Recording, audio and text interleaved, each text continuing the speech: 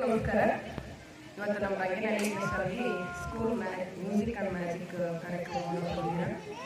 ಈಗ ಮಕ್ಕಳಿಗೆ ಎಂಟರ್ಟೈನ್ಮೆಂಟ್ ಸಿಗ್ತಾ ಇದೆ, ಬಟ್ ಇದಕ್ಕೆ ಇನ್ನೂ ಕೂಡ ನಮ್ಮ ತರಗತಿವಾರ ಮಾಡಿದ್ರೆ ಮಕ್ಕಳಿಗೆ ಚೆನ್ನಾಗಿರುತ್ತೆ. ಈಗ ಅಷ್ಟು ದೂರದಿಂದ ಮಕ್ಕಳೆಲ್ಲ ಕರ್ಕೊಂಡ್ಬರೋದು ಜಾಸ್ತಿ ಕಾಸ್ಟ್ ಆಗುತ್ತೆ.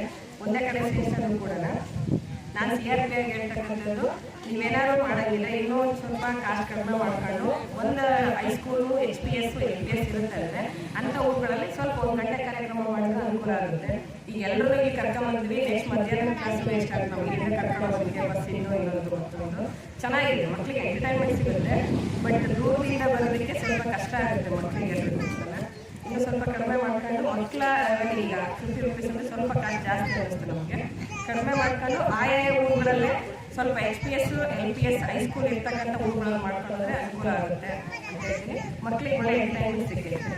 ಅದು ಪರೀಕ್ಷೆ ಟೈಮಲ್ಲಿ ಇರೋದು ಸ್ವಲ್ಪ ಕಷ್ಟ ಆಗುತ್ತೆ.